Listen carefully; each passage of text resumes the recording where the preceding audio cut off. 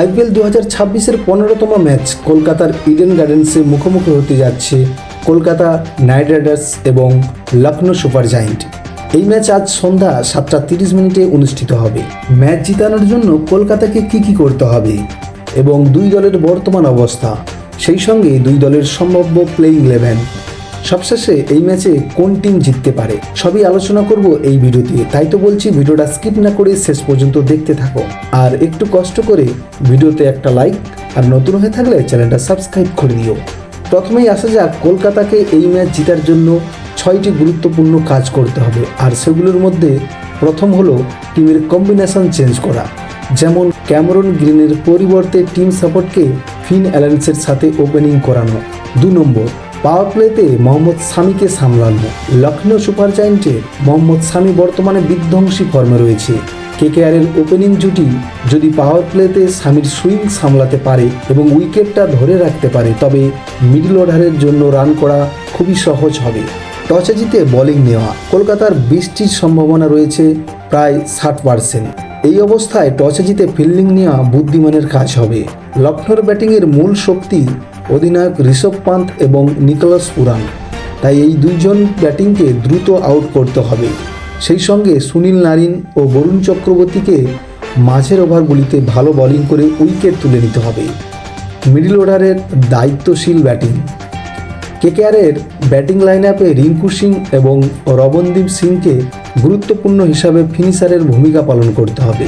কেকেআরের bowling attack এখনও পর্যন্ত কিছুটা দুর্বল মনে হচ্ছে। ব্লেসিং মুজারমানি এবং বৈভব অরোরাকে স্লগ ওভারে ইয়র্কার ও স্লোয়ারের সঠিক ব্যবহার করতে হবে, যেন লখনৌ সুপার জায়েন্ট খুব বেশি রান করতে না পারে। এইবার আসা যাক দুই দলের বর্তমান অবস্থা।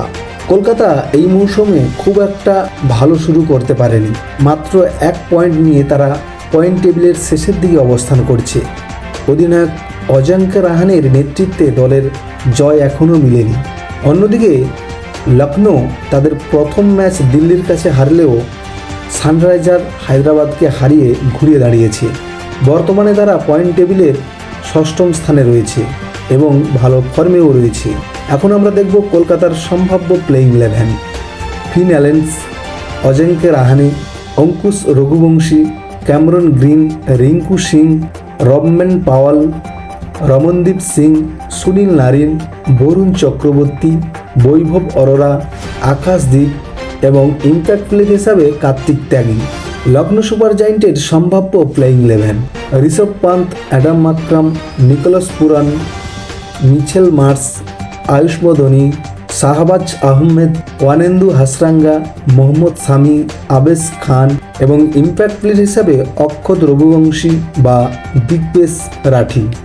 ইডেনের পিচ সাধারণত ব্যাটিং সহায়ক হয়ে থাকে এবং এখানে হাই স্কোর হয়।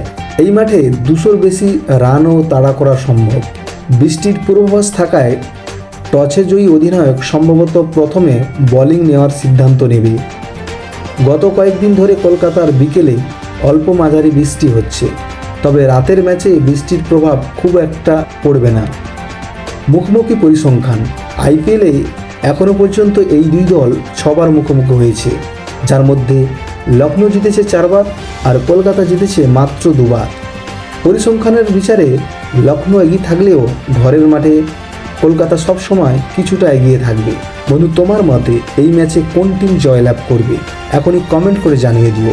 তবে তার আগে ভিডিওতে দেওয়া ইনফরমেশান যদি তোমার কাছে ভালো লাগে তবে একটা লাইক, আর নতুন হয়ে থাকলে চ্যানেলটা সাবস্ক্রাইব করে দিও।